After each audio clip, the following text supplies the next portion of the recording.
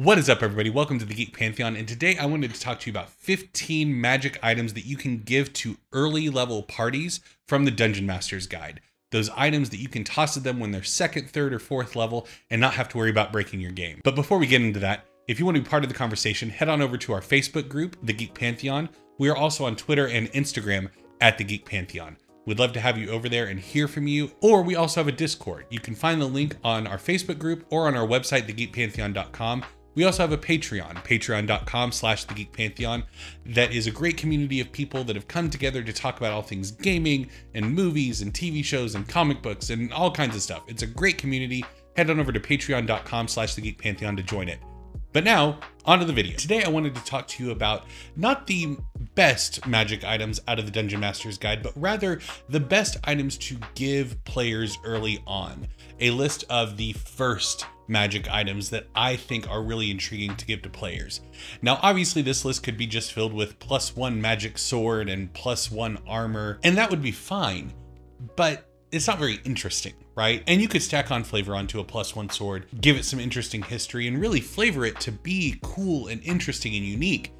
But there are some items that are already baked into the Dungeon Master's Guide that will give you some cool things to give to players that will really excite them, and they're not going to break your game. So the way that I weighted this was I tried to keep everything in the realm of uncommon or rare magic items. So we're not going to get into legendary or artifacts or anything, because obviously you shouldn't be giving that stuff to your players before they're level 5. All of the things that I picked here fall into that realm of level 1 through 5, something you can give the party that isn't going to overly break the game. And there are a couple other parameters we'll get into as we go through the list, but that's kind of the basic framework that I had going into creating this list. So the first one that I want to talk to you about is the Scroll of Protection. So obviously this one has the potential to be one of the more powerful things that I'm talking about giving your party before level 5. But the important distinction is that this item can only protect the party against certain types of creatures, and you as the Dungeon Master get to determine that. So for those of you who are unaware of how this item works, basically you can, as an action, read the scroll and it creates a 5-foot radius, 10-foot high cylinder in an area. And it protects you completely from a certain type of monster. Now, the monsters do have the option to make a charisma saving throw to then be unaffected by the barrier. But just out of the box, this thing is incredibly potent and can really save the party, and it lasts for 5 minutes. But why I think it's okay to drop this for your party and let them have that oh wow moment is you get to control what type of monster this protects them from. So if you are running a campaign set in an area of the world dealing with aberrations left, right, and center, don't give them this that will protect them from aberrations. Have it protect them from fae or beasts. That way you're not breaking down your campaign at an early stage by allowing them to just, protect. But I would still throw in an encounter every now and then. Like if you selected beasts, have a monstrous beast come upon them and I'll give them a chance to use it. Have it be an additional encounter when they're traveling. That way, if they remember they have it, they can pop it up, do what they need to do, shoot at it, whatever, and then move on. So then you're not hamstringing yourself by giving them an item that can ruin a lot of your encounters moving forward by allowing them to just protect themselves in this bubble for 5 minutes. Give it to them with the condition that it only works against this certain type that we don't run into that often, but then give them encounters where they get to use it. Because nothing's going to make a player happier than if they feel like you forgot that they have this and they're able to go, I pull out my scroll of protection, and they get to have that awesome moment. So yeah, give this to them early on, let them use it when they encounter these type of creatures. And sure, it might make some encounters less engaging on your end controlling the monsters, but the important thing is it doesn't protect them from ranged attacks. It just keeps the monsters from getting in. So if it's beasts, yeah, they won't be able to get up on them and do crazy stuff. But if you have some beasts that have ranged capabilities, they'll still be able to fight them. So this seems like a lot, but it's really not, especially if you use it correctly. Okay, this next one is kind of a well-known item, but I feel like it gets overlooked a lot, or the initial read of the properties of the item give the wrong impression, and that is the Decanter of Endless Water. So the reason I really like this one is it's fun for your party. It does eliminate a big part of the survival aspect of the game. So if that's a big part of your game that you want them to have to track things like water, then you might not want to give this to them because that's going to quickly eliminate that pillar of survival. But if it's not an important thing, give it to them and it gives you an easy out to justify why they never have to worry about stopping to find a spring. They have the decanter of endless water. But where this thing really shines is in the use of command words. So it has 3 command words that a person can say as an action to use the decanter after it's taken the stopper out. And it can be fresh water or salt water, it's the player's choice. But the 3 command words are stream, which produces 1 gallon of water, fountain, which produces 5 gallons of water, and then geyser, which produces 30 gallons of water. Now the initial reading of that is, holy crap, 30 gallons of water, especially when it's happening over the course of just a round. So 6 seconds, 30 gallons of water comes rushing out. But from a volume standpoint, 30 gallons isn't that much. I mean, think about a 50-gallon drum, and that doesn't even fill up a tenth of a room. You're not going to be flooding anybody out of a cave with this stuff. And there is application with this thing to attack a creature by forcing them to make a strength saving throw, or they take 1d4 points of bludgeoning damage. But that's their action, and they get knocked prone. So a player could use this to cool effect by blasting somebody with water, but all you're getting is knocking them prone and dealing damage. If you're worried about something breaking your game, that's not going to do it. That's not mind-blowing enough to break your game. I would feel comfortable in one of my games giving this to the party at level 1 or 2 as a cool, interesting magic item. Would be like, oh wow, that's really neat. And there's some cool uses for this. And it also provides some really cool environmental effects. If you haven't watched the encounter building video I did last week, go check that out, because I talk a lot about the use of the environment in that. But if you're in a cold environment, like a plane of ice or something, and you have this and just start spraying the ice and making it even slicker with fresh water, that'd be really cool. And I would do something with that mechanically as a dungeon master if a player was creative enough to do that. Or obviously putting out fires, things like that. But there's a lot of really cool utility uses for this that aren't going to break your game. Now, this next one, I feel like I'm going to get some raised eyebrows for, but it's important to keep in mind that this is very different from something like a flying broom or a magic carpet that allows the party to fly. I'm talking about the folding boat. So this, for those of you that don't know, is a 6-inch by 12-inch box that with command words can cause it to fold out into 2 different types of boats. One that can fit 4 medium creatures and one that can fit 15 medium creatures. So a big distinction in the size of the boat there. But the reason that I think this is a cool thing to give to an early level party is they're gonna try to cross that river anyway. You know, they're not going to see a river and go, ah, shucks. It's not the same as a river of lava, where it's like, oh, well, we obviously can't do anything here, so we need to find another way around. If you just present a mundane river, most parties are either going to try to swim it, or they're going to try to construct something to float across it.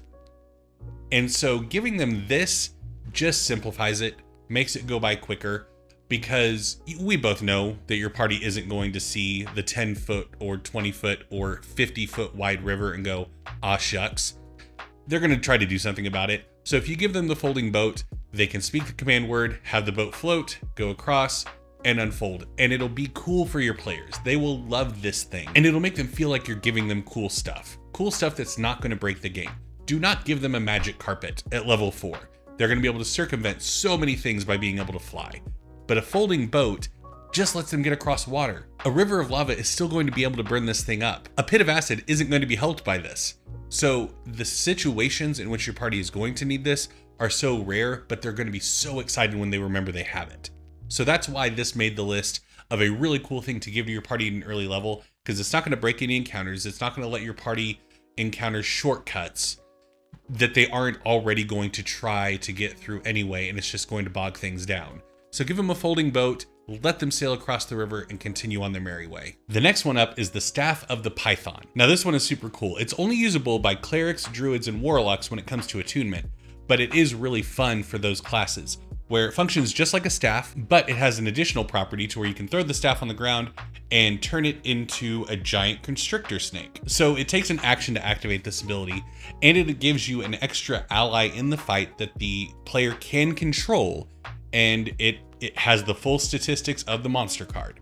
Now, the reason why this isn't OP and you're not throwing off the balance of the encounter by introducing this item early on is when the constrictor snake is brought down to 0 hit points, the staff is destroyed. So yeah, you're introducing this extra element to favor the PCs, but a giant constrictor snake only has an AC of 12 and 13 hit points.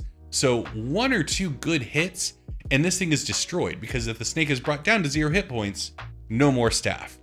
So it requires this really intense level of management to where the player who has the staff and is controlling the snake is having to constantly use its action to turn it off and back on, because when the snake is reverted back to its staff form, it regains all its hit points. But it requires a bonus action to revert the snake and then an action to put the snake back into snake form.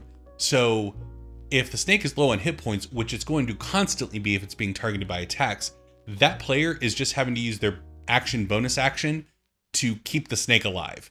So there's not really a balance issue if they want to keep the staff intact.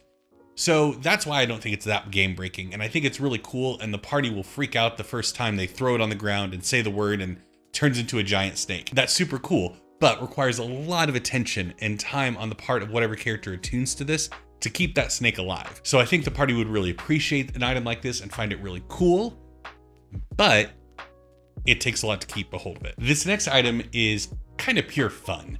There's nothing super mechanically beneficial about it, but I think there's one player at every table that is going to adore having this, and that is the Glamoured Studded Leather. So this is just a +1 AC set of armor, but it allows you for a bonus action to completely alter the appearance of this armor. It still retains its actual weight and properties. You're not actually changing the armor, but you can change the appearance of it, dictate the color, material, everything. So if you're going into a situation where it might be beneficial to be in an elegant gown or look really rough and tumble with tattered clothes, you can do that and still retain your AC bonus, but it's also just fun. I feel like we've all played with that player who is extremely concerned about the physical appearance of their character, and this is a great item to throw their way if they can wear leather armor that will allow them to alter their look and really describe and get into the character through the description of their clothing and what they physically look like. I think this would be a ton of fun to have at the table. And once again, it's not going to break anything. It's just a +1 armor. That's all it is. But it has this really cool additional property that, sure, from a narrative standpoint, might give them an edge in certain situations. They might get advantage on a deception roll here and there, but that's not gonna break anything. So as soon as I started becoming comfortable with the idea of giving my party +1 magic items, I would absolutely pull this out and give it to a party member, because they're gonna have a great time with it, and it's gonna have so much more fun aspects to it than just a simple +1 armor. Okay, so the next one up is technically a magic item in terms of listings in the Dungeon Master's Guide, but it's actually a set, and I would give your party 1 of these, maybe 2 at early stages for something really cool, but this is Qualls Feather Token. So real quick, I'm just gonna go over high level what each of these do before I get into the description of why it might be fun. Touch this to a boat. It won't move. Turns into a big bird, makes a boat go. Make a big boat, turns into a tree, becomes a sentient whip. So all of the properties of these are really cool and interesting and fun, and you might be concerned that some of them sound really broken, like the big bird one that can carry the party certain places. The important thing to remember with Qualls Feather tokens, they're single-use items. Once the token is used, they don't get it back. So that's why this is a really cool thing to give to a party early on, especially if you want them to buy into the magic of the world, is giving them a token that when they speak a certain word, it turns into a giant rock bird and can carry them somewhere. That's super cool. And they'll be like, whoa, that's awesome. And it doesn't break anything. Sure, they're able to get to a certain spot a lot quicker, but if this is at the end of a dungeon, let's say they've traveled across the countryside to get to a dungeon and they find this, and you tell them, yeah, this is the property of this thing. Basically, as opposed to traveling back through those dangerous woods that we just went through, and you had to fight like 12 bears to get here, you can throw this into the air, it'll turn into a giant bird, and it can carry all of you back. Okay. That, depending on the party size, it does have a limitation of 500 pounds. But if they use it for that, then it's gone. They just get back to town quicker, you get to move on in the session or move on to the next adventure, and you're done. So that's why I really like these tokens, is because they are really cool one-use items that the party can use when they're in a dire strait and really need a big boat, or the wind on their boat settles and they are stuck out at sea. Throw this thing up in the air, it gives you a 5 mile per hour wind, and you're good to go. So Don't be afraid to give single-use items like these to your party, because they will get really excited about it and they'll use it, or they'll see the value in it and they'll hold on to it and they'll never use it, because no situation will ever be as important enough as the possible next one to where they'll use the token. Or once again, you're going to have that awesome epic player moment where they think you forgot that you gave this to them. You're going to present a situation like a giant canyon, and it's like, oh, guess you guys got to go around somewhere. It's probably going to take 3 sessions to get around this canyon. Aha! I have the bird token. It carries us across. Gotcha. It's like, you sure did get me. I totally did not give that to you 3 sessions ago, knowing that this moment would come up. But giving the players that sense and that feeling is awesome, and they're going to love you for it. Now, speaking of situational items that may rarely come up, the ever smoking bottle. This one is interesting, I feel like, for equally the hyper stealthy group and the horribly not stealthy group, in that when you pull the stopper out of the bottle, it creates a 60-foot radius circle on the bottle of heavily obscured, dense smoke. And every minute that goes by, it expands 10 feet until it's up to a maximum of 120 feet. So after around 6 minutes, you'll have this giant 120 radius circle of smoke that is heavily obscured, and the party can sneak through the streets of the city without being spotted. The important thing to remember is this thing only lasts as long as the bottle is kept within that circle. So as soon as they leave, it starts to dissipate. And this smoke fog functions just like any other naturally occurring instance of this, to where a stiff wind is really going to mess up the utility of this item. So if the party has been heavily abusing this and really using it in every situation they can possibly think of, having a caster that can cast Gust of Wind as an enemy if they try to pull this out during a combat encounter is going to render this thing not nearly as effective. So there's a kind of a balancing game here with this item of the party not abusing it, but also you not presenting so many naturally occurring environmental aspects that would negate the efficiency of this bottle. But I really like it because it's not an I win card. It's not something that the party can pull out and be like, haha, magic carpet, we fly over your lava pit. It's, okay, we need to sneak through the streets of the city without being seen. I'm gonna pull this, give us some cover for like this 120 feet, which in the context of a city isn't that big, and we'll be able to navigate and have a smaller chance of being spotted rather than it casting like superior darkness and they're just completely unseeable. They're just heavily obscured. They can still be seen. That through the fog, city guard would be able to see figures moving about. They just might not be able to identify who it is exactly. The next item that I have for you is the Eyes of Minute Seeing, aka glasses. So these are considered crystal lenses that are fitted over the eyes that basically give the wearer the ability to see greater detail within 1 foot. So think more of actually like the jeweler's like magnifying goggle thing that they use, but for both eyes. But the reason that I like this one is it gives your like Sherlocky type character a cool tool to use to make them feel really special. All this item does is give the wearer advantage on investigation checks when looking at objects or people or places within the range of the glasses, which remember is 1 foot. So they have to be way up on it in order to get any kind of use out of this. It's not like they can scan an entire area and get advantage. Like it's looking at a specific thing, a specific clue, they then get advantage. So hyper situational, but it's going to give your player who went a direction other than combat heavy, if they want to be the investigative gumshoe detective, this gives you a really cool tool to allow them to feel special, because there's so many situations to where a fighter can get advantage on their check to smack something. But checks on investigation, once again, there's less codified ways of gaining advantage, whereas this gives them a concrete way of like, no, I'm within 1 foot, I pick up the thing, I bring it up to my face, I would like advantage, please. Sure, of course. So the Eyes of Minute Seeing, I think, is a really great, like even at level 1, give this to your investigative character and give them a chance to shine in those situations. And you also, if you have a tendency to sometimes write adventures, I fall in this trap all the time, where I create a skill gate where it's like they have to figure this clue out in order for the adventure to progress. You're doing yourself a favor here by giving them advantage on those rolls to increase the likelihood that they're going to get through that gate and you get to continue on with the adventure. Don't do that from an adventure design standpoint, but if you do, these will be helpful. The next one is the Gem of Brightness. Now, this one is very much a flashlight. That's what this is at the end of the day. It has 50 charges and it does not regenerate them in any way. So once the 50 charges are up, it's done, which is great. It makes it a limited use item. They don't get to just spam this thing. They have to think about how they're using it. And at its basic use, it's a flashlight. It can cast light, create bright light in every direction, but it does have some offensive uses where you can cause it to blind a single target or to expend 5 charges to hit a group of people in a cone and potentially blind them. The DC on it is 15, so early stages of a campaign, it's probably gonna work more often than it fails, but once again, they're gonna quickly outgrow this type of item.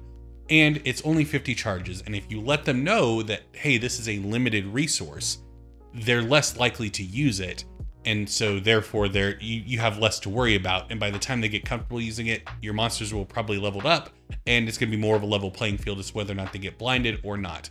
But this is just a great item that I enjoy because of the innate functionality of it working like a flashlight. Expending it this way doesn't use a charge, just creating bright light in a 30-foot radius so the party can see. If you have a party full of humans or other non-dark visioned races, this can be a huge help for the party to where they're not having to do everything with disadvantage. So maybe don't give them at level 1, like let them sweat out the fact that like when it's dark, it's a little bit more dangerous. But after they've gone through a few levels and really felt the weight of not picking something that has dark vision, I would give this to them just so they can use it when they want to really get through those sticky situations. But if they use it too much and they abuse it as an offensive weapon, then it's going to run out and they won't have it anymore. So once again, it's a cool item. I think it will be really effective for the party and they will be grateful that they have something like this, but it's not game breaking. The Robe of Useful Items is a really fun magic item that should be high on any DM's list of things to give out to the party pretty early on. So it's a robe with patches all over it. There's a really cool rollable table where this patch has 4d4 additional patches of those items, but just on its base, the patches that are on this that they can rip off and throw on the ground and it'll turn into a thing are a dagger, a filled lantern, a mirror, some rope, a sack, and a 10-foot pole. So this is a really great adventurer's kit essentially, but in robe form, so they don't have to worry about the weight if you're playing with encumbrance rules. But there are also additional patches that are on it. It recommends 4d4 additional patches of really cool items like a pair of mastiffs, or a window, a door, a rowboat. There's some really cool things where you could just rip this patch off. If the party's in prison, they can rip this patch off and put it on the wall and all of a sudden a window appears. It's like, okay, let's go. And that creates some really awesome stories for the party that they will love this item. And once all the patches are used, it just becomes a plain old robe. So once again, limitation, it'll run out eventually, but your party is going to have a really good time with it while they have it. The next item is an oldie, but a goodie. It's classic, and I know that you're going to be terrified of giving this to your party prior to level 5, but I promise it's going to be okay. The Immovable Rod. So obviously, for those of you that don't know, this rod, when you speak a command word, you're able to place it anywhere, and it locks into place and holds up to 8,000 pounds.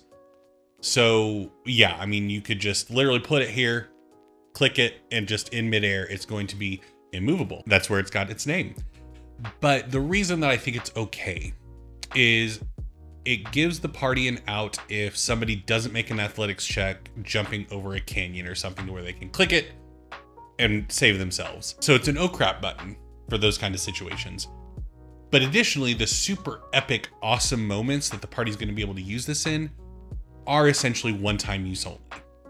If they're being chased by something and they click it in the air and it goes flying through and clotheslines one of the people off the wagon chasing them, they're going to continue going. And so they're not going to be able to loop back around and go get their immovable rod again. Or, I mean, it's up to you to create that scenario, but more than likely the way that I constructed if I gave this to a level 4 party is present them with situations where it's like, you could really use this here, but you will lose it.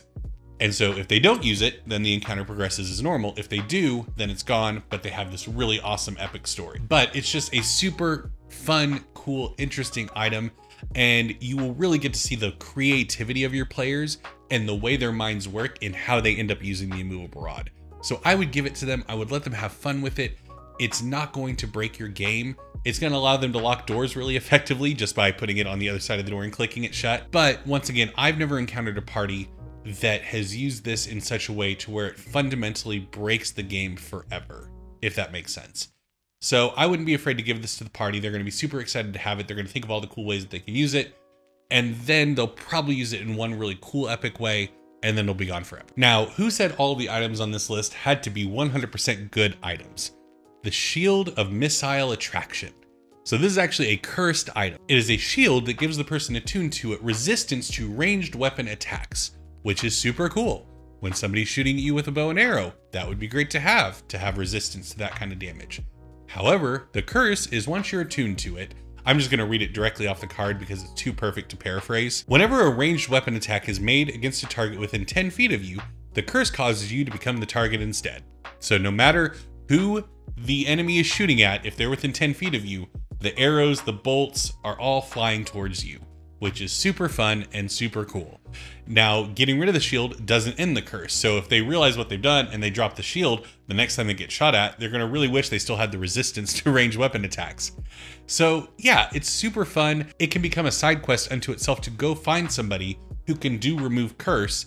And then they're probably going to charge more money than the party has. So they have to go do something to earn the gold to go get the curse broken and just hope that the fighter doesn't die during that whole time. So I think this would be a really fun item to give to a party and let them squirm and try to figure out how to undo this thing and begin teaching that lesson that just because you find a really cool magic item, maybe you should do some more investigation before you attune to it. Next up is the Chime of Opening. So this one I really like, and I know that a lot of people might be leery of giving this to a low-level party, but something to remember, it has 10 uses only. As an action, you can point it at a thing, strike the chime, and it will unlock one of the locks on it. So if it has a door with 5 locks, it requires 5 chimes to unlock all of them. So it's not a just instant, I win, I get through the door, but like we were talking about with the Eyes of Minute Seeing, this gives you kind of an out if you created that gate of they need to get through this door in order to progress, but the rogue has failed 3 times on their Thieves Tool check, which I would run that scenario differently, but this gives you the ability to go, okay, you know what, whatever. The wizard pulls out the Chime of Opening, ting, the door unlocks, we move on, we're done with it. That's a really great use of this. And once again, 10 uses and then it's done. It doesn't work anymore after that. So your party, if they become too reliant on this, will very quickly realize, oh no, what have we done? And now for the true agents of chaos, I present the Wand of Wonder. So this thing is crazy. It has 7 charges. That's 1d6 plus 1, it regains at dawn. So this is the only charged but rechargeable item on this list. But the reason for that is that there is absolutely no consistency when it comes to this item. It's a magic wand. It has to be attuned to a spellcaster. It can be used as a magical implement, but if you use one of the charges, you roll a d100 on a table and something happens. It might be fireball. Your skin might turn blue. Reduce enlarge might happen on something. So the reason that I like this item is it can really drive home the unpredictability of magic, and you never know what's going to happen with it. And it's just fun. I consider myself kind of a chaotic dungeon master. If I had my alignment, I'd be chaotic good because I like random tables. I like things that spice up the game and make it kind of crazy and wacky, and this is right up my aisle. And I think a lot of the tables that I play at would really enjoy having this as something they can just pull out and be like, I'm gonna use a charge just to see what happens, and hope that the thing that they want to happen or something in a similar vein actually occurs. And if they use up all the charges before it has a chance to recharge, you roll a d20 on a 1, it crumbles to dust and it's gone forever. So yeah, I really like this item. I think it's fun. I think it can be engaging for your players and allow them to have a lot of fun at the table and use this in like, oh no situations where it's like, I'm going to reach into the bag and pull out the Wand of Wonder and I'm going to use a charge. Just see what happens, because what we're doing right now isn't working. This thing's going to kill us. And then they get fireball, everybody's happy, everybody cheers, or they get enlarge and now the dragon is gargantuan. And it's like, oh no. So yeah, I really like this item. It's chaotic, and I think it would be a lot of fun to have at a table, and you shouldn't be scared to give it to a party. And lastly is the item that is the whole reason I came up with the idea for this video. There was one item that I was like, I need to talk about this item. And so I'm going to do a whole video and lead up to it. And it's not the most exciting one. I think a couple of the other items that I've done on this list are more like fun and exciting, but this one I think is the most important in certain situations for certain parties. And I've fallen victim to not giving this to a party that needed it until it was way too late. And that's the Goggles of Night. If you have a human in your party full of people with dark vision, give them the Goggles of Night. Don't make them be the wet blanket PC that is susceptible to darkness while everybody else is just wandering around like la la la la la, not a care in the world. Give them Goggles of Night. Let them have dark vision up to 60 feet and call it a day, because that player will thank you so much. They will be so thankful. It doesn't require attunement. It doesn't take up a slot. They can just put it on their head and they have dark vision and they'll be happy. I think I waited until the changeling who did not have dark vision in my party was like level 13 or 14 before I gave them Goggles of Night, which that's not fun. Like the half-elf warlock and the goblin had dark vision the whole time, and he was just having to fumble his way around in the dark.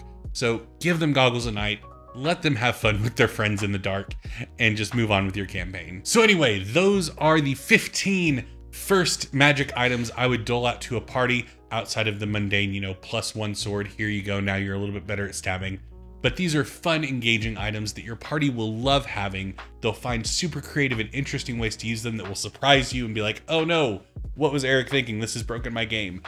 But once again, I've told you I'm a chaotic good dungeon master. I like some chaos at my table. But yeah, it's just fun to give these items out appropriately. Don't just dump them all into one chest and be like, here you go. But give them out to your party, and they'll be really excited to be getting magic items, so they won't be clamoring as much for the more potent, powerful things that you'll be giving to them later on in the campaign. They'll feel satisfied with something like the Chime of Opening and be like, ah, this is an awesome magic item that I can use. And they'll be really grateful and they'll have a lot of fun. So were there any that I missed? Let me know down in the comments if there are any other magic items that you like giving out to low-level parties that you think are a lot of fun and engaging for the party to play with. And if you enjoyed this video, be sure to give it a like. If you're not subscribed yet to the channel, we do a couple of these videos a week, so be sure to subscribe so you don't miss any of them. And if you like what we do and would like to support the channel and help us grow, head on over to patreon.com/thegeekpantheon, where you can join any number of tiers, hop into our Discord, engage with our community, and have a lot of fun with us. We like to talk about all kinds of stuff over there, and it's just a great place to be. And thank you so much for watching, and I will see you next time.